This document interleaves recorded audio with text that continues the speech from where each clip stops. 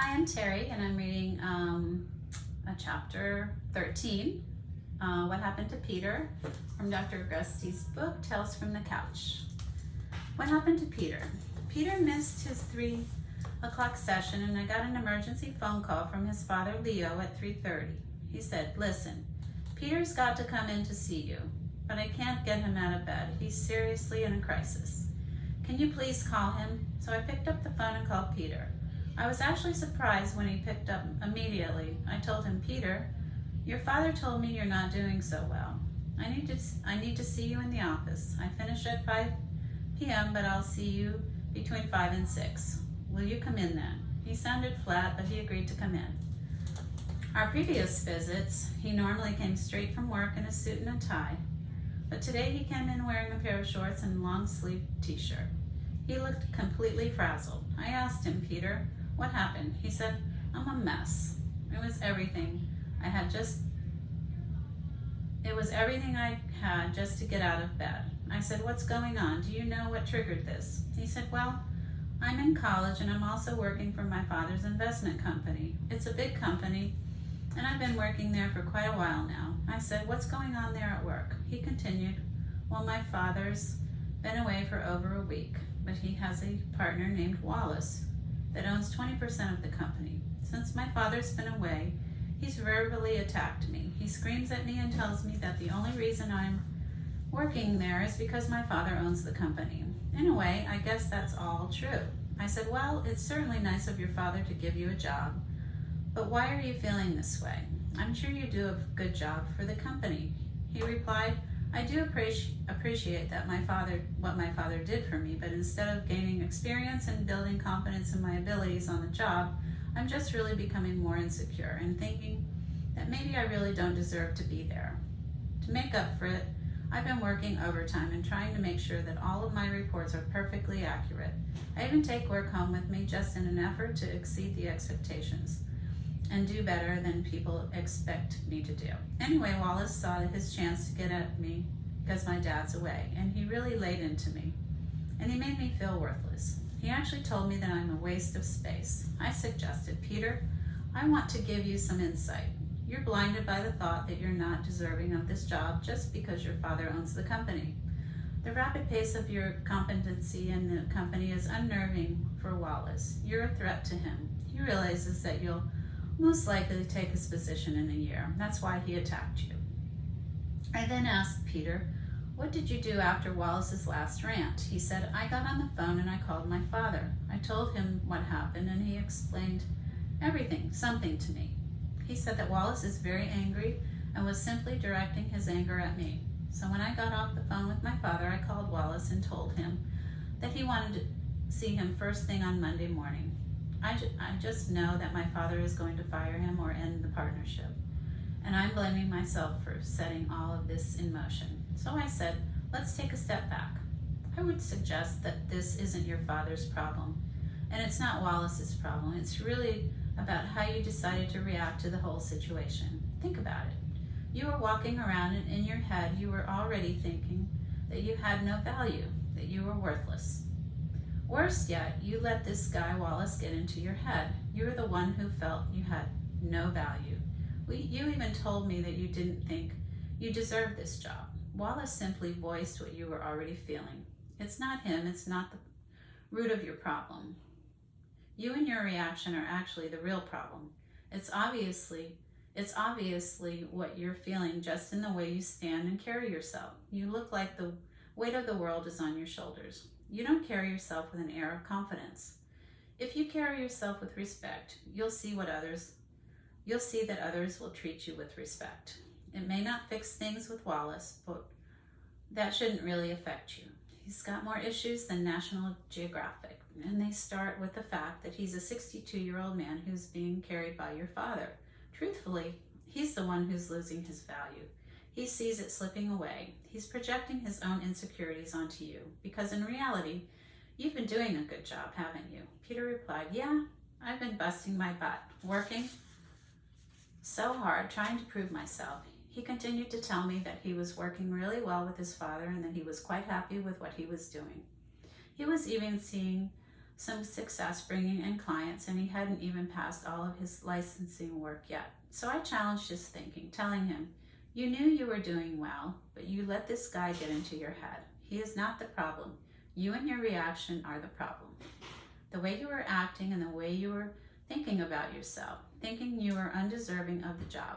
You let him have the key to your inner serenity. He's not the main issue. He has some issues with your father, and he used you as a pawn when your father wasn't around. He took the opportunity to attack you, but you let him get to you. That's on you. He's just a generic somebody, a speck of lint, yet you essentially allowed him to undermine you. The problem is the way you're thinking about yourself. You have to see that you have value, and that value must be instilled in you by you. Your serenity must be kept in a place within you.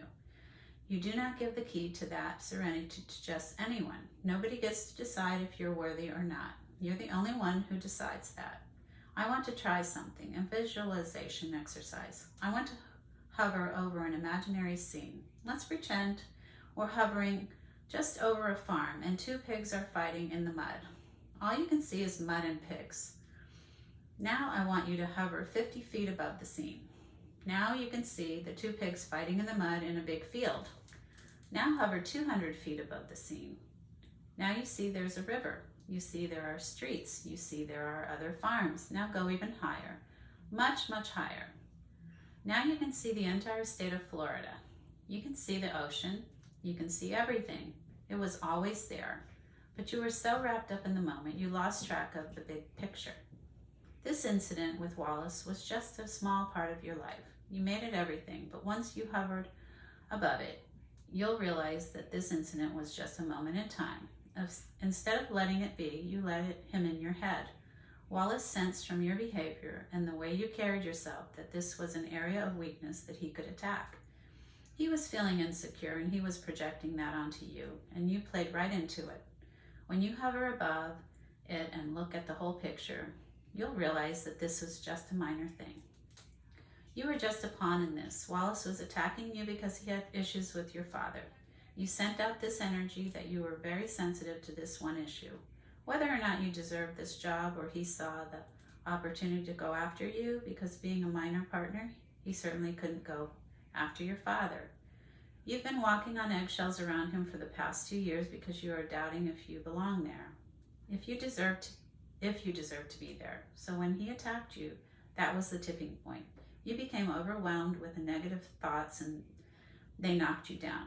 But if you hover above that, you'll be able to get some perspective. You'll see it for what it is, just one event, a single moment in time. It really wasn't that significant, but you let him in your head, and that's why you blew it out of proportion and became overwhelmed. So once you decide that you're comfortable with yourself and you have self-worth and that only you hold the key to your serenity, this will never happen again. So it's simply looking at things a little bit differently, hovering above the problem and getting some perspective. Wallace was really attacking your father, but since he could never have the satisfaction of it actually attacking him, you were the next best thing. He saw your weakness and exploited it for his own purposes. Furthermore, if your father does fire him or if he does dissolve the partnership, you have no part in that. This is your father's decision. Peter took a long moment to digest all of this. He blew out a deep breath and finally said, I think you're right. I completely blew everything up. I guess I was like the pig fighting in the mud. And all I could see was another pig in the mud. I didn't see the farm, I didn't see the whole picture, and I needed to gain perspective. Wallace went after me because I made myself an easy target, and he couldn't go after my father. I let him get to me, and he hit a nerve. It seemed that Peter understood the analogy. He saw that the attacks were only directed at him due to Wallace's inability to attack his father. Leo, he continued, I have value, I know I have value, and I don't have to respond to anyone who tries to tell me any differently. With this conversation, Peter seemed to redirect his thinking, and he was able to get out of that negative headspace. He was able to process things in a different way and move forward. I truly believe that from this point forward, Peter would never again let someone else determine his own self-worth. He would be able to go back to work with a clear head and a ready response to Wallace to talk to his father if he had an issue.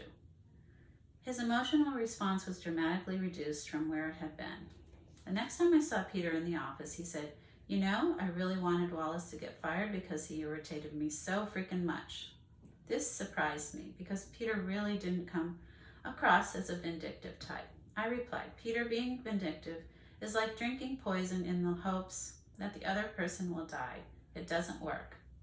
If you hold on to that resentment, you're still letting Wallace have the upper hand. You've made a lot of progress in getting perspective to see the bigger picture and knowing your own self-worth, but holding a grudge will ultimately undermine that progress.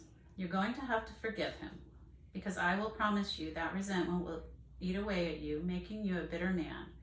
If we could have a conversation with Wallace and we could understand his frustrations, I bet you that having that understanding would allow you to forgive him. So at this point, instead of being resentful and wanting to hurt him back, don't let him into your head.